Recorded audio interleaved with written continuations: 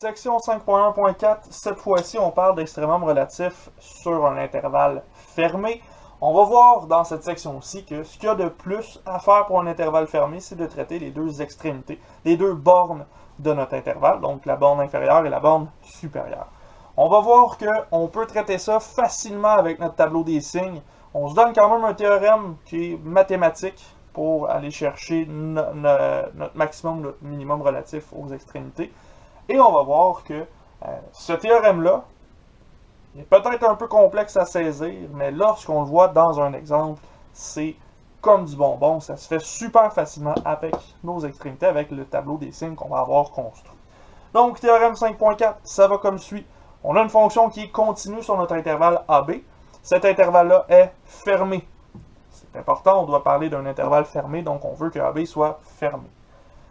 On se dit que s'il existe une valeur C dans notre intervalle AB telle que la dérivée de la fonction est positive, respectivement négative, on va y aller avec le positif pour commencer, donc si notre dérivée est positive, et ce pour tout x dans le sous-intervalle A jusqu'à la valeur C qu'on a trouvée, on va pouvoir dire que f de A est un minimum relatif.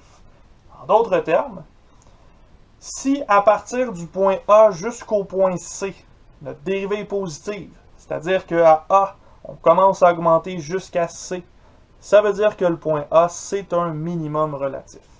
À l'inverse, si on a une dérivée qui est négative, donc du point A jusqu'au point C, on descend, ça veut dire que le point A est un maximum relatif. De l'autre côté de l'intervalle, si on a une valeur D qui fait un petit peu le même travail que la valeur C, c'est-à-dire que dans notre intervalle, on a la dérivée de f de x qui est négative pour tout x du point D jusqu'au point B. Donc par exemple, on a D qui est ici, B qui est ici, et notre dérivée est négative entre les deux. Ça veut dire que B est un minimum relatif. Dans l'autre sens, si la dérivée est positive, on inverse les deux points, D est plus petit que B, et B est donc un maximum relatif. Tout ça, mathématiquement, c'est comme ça qu'on le définit. On va voir dans notre tableau des signes que lorsqu'on a fait le tableau des signes, ça ici, là, ça devient évident. On le voit directement parce qu'on a des flèches qui nous indiquent qu'est-ce qui se passe dans ce tableau-ci. On regarde l'exemple 5.7 justement pour comprendre qu'est-ce qui se passe dans cette fonction-ci. Notre fonction f de x est égale à x à la 4 moins 2x carré sur l'intervalle moins 3,5 jusqu'à 2. Pour solutionner ce problème-là, pour aller trouver les maximums et les minimums relatifs, on va devoir faire la même démarche que d'habitude. C'est juste à la fin qu'on va traiter différemment. Donc, on traite la dérivée de f de x. Dans ce cas-ci, dérivée de x à la 4 moins 2x carré, ce sera 4x3 moins 4x, qui est égal à 4x fois x carré moins 1. X carré moins 1, c'est une différence de carré. Donc, c'est la même chose que 4x fois x moins 1 fois x plus 1. Une différence de carré, je vous invite à revenir là, un petit peu plus tôt. Chapitre 2, je crois, dans le manuel, on a parlé de factorisation. Puis, on est allé parler de cette factorisation-ci en particulier. À ce moment-ci, comme on a factorisé la dérivée, c'est facile de dire que f' de x égale 0. Si et seulement si, bien, premièrement, x égale 0, x égale à 1, ou x égale à moins 1. Donc, on traite partie par partie.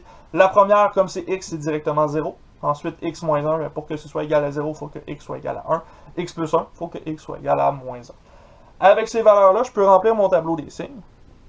J'indique mes valeurs critiques en ordre croissant. Et là, en ordre croissant, et remarquez que mes deux bornes sont déjà inscrites dans mon tableau des signes. C'est parce que je vais devoir les traiter. Donc, je les ajoute et on va pouvoir parler de ça avec cette information-ci. À ce stade-ci, je sais que les valeurs critiques moins 1, 0 et 1 annulent la dérivée. Je ne sais pas qu'est-ce que ça fait pour moins 3,5 et 2. Je n'ai pas besoin de les avoir, ces informations-là. Elles sont inutiles pour le moment. Ce qui m'intéresse, c'est d'aller voir le signe de ma fonction sur les intervalles qu'on donne ici. Donc, notamment entre moins 3,5 et moins 1, j'ai quelque chose qui est négatif, premièrement, qui est plus petite que moins 1. Donc, ça veut dire que x plus 1, ce sera négatif. Ça veut dire aussi que la deuxième parenthèse ici, elle est négative et que le premier x, il est négatif. J'ai donc 3 négatifs qui se multiplient. On peut constater là, donc, que les deux premiers négatifs vont s'annuler pour faire un plus. Avec le dernier, ça va faire un moins. Si vous n'en êtes pas convaincu, prenez un chiffre entre moins 1 et moins 3,5. Essayez-le dans votre dérivée. Ça devrait vous donner un chiffre négatif. Ça confirmera le signe de la dérivée à ce point-ci. Ensuite, entre moins 1 et 0, on a une situation dans laquelle x plus 1 va être positif, x moins 1 va être négatif et x va être négatif. Deux négatifs, un positif, on obtient un positif comme résultat. Ensuite, entre 0 et 1, entre 0 et 1, x plus 1 va être positif, x moins 1 va être négatif et x va être positif. Donc, on va avoir plus, moins, plus, qui nous donne 1 moins comme résultat. Et finalement, lorsque x est plus grand que 1, plus petit que 2, ben là, x est positif, x moins 1 est positif, x plus 1 est positif. La dérivée est donc positive. Je peux traiter maintenant ma fonction f de x. Je peux aller voir sa croissance-décroissance avec le signe de la dérivée. En premier, la dérivée est négative, ça veut dire que ma fonction est décroissante.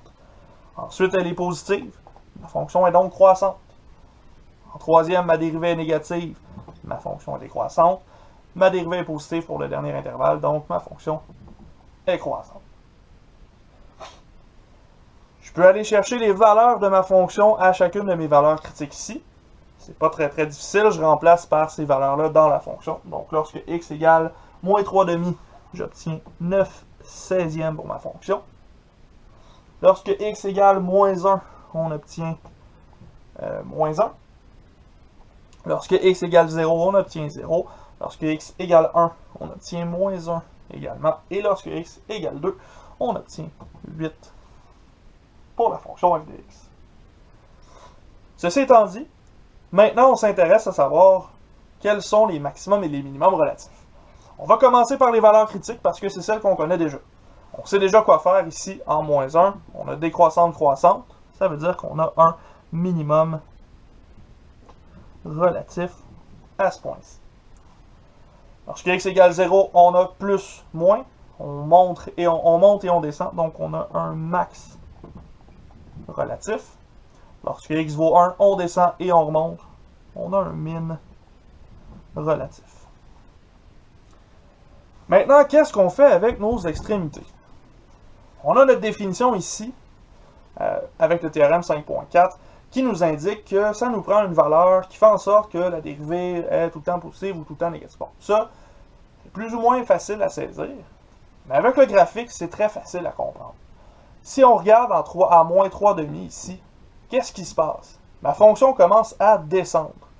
Si elle descend, ça veut dire qu'elle était à un point où elle était au maximum à ce point-ci. Avant ce point-là, avant moins 3,5, il n'y avait aucune valeur. Donc, de moins 3,5 jusqu'à moins 1, la valeur de f de x, c'est certain qu'elle est maximale.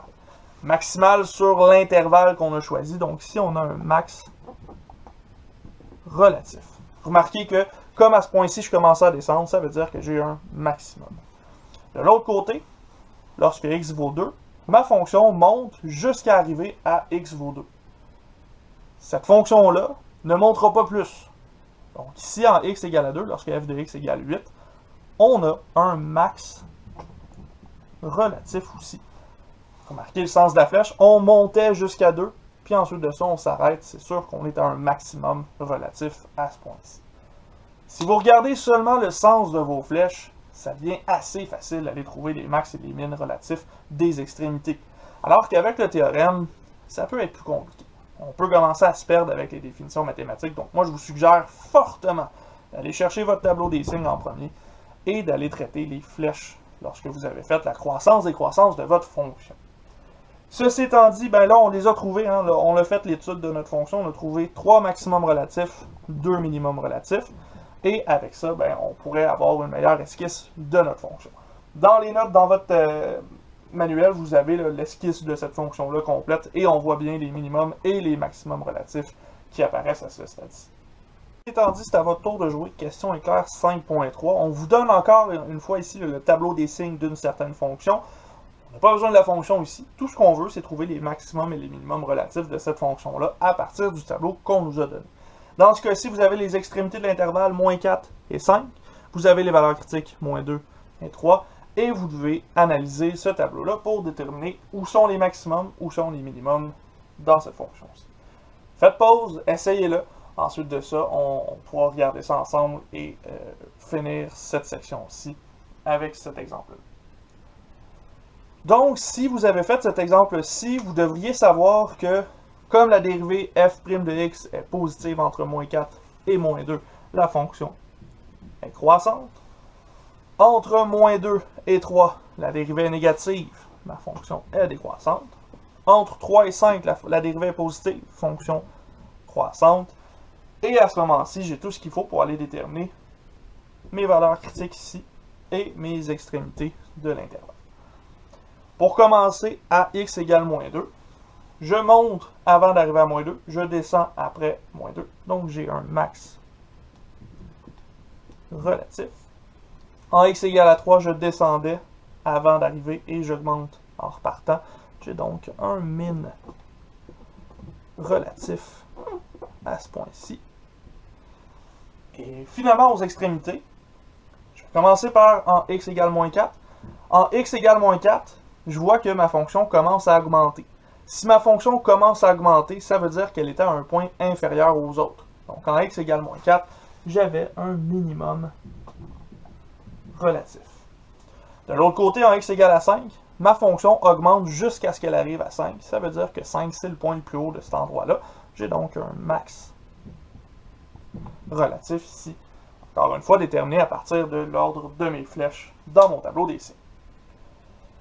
Ceci étant dit, voilà la solution. Vous devriez être en mesure de faire ça sans problème. Vous devriez être en mesure d'arriver à ces 4 réponses ici sans trop de problème. Et ça veut dire que vous êtes prêt, vous avez tout ce qu'il vous faut pour faire la série d'exercices 5.3. Allez à la page 274, vous pouvez faire ça. Et remarquez que là, je saute quelques exemples, j'en saute 2 en particulier.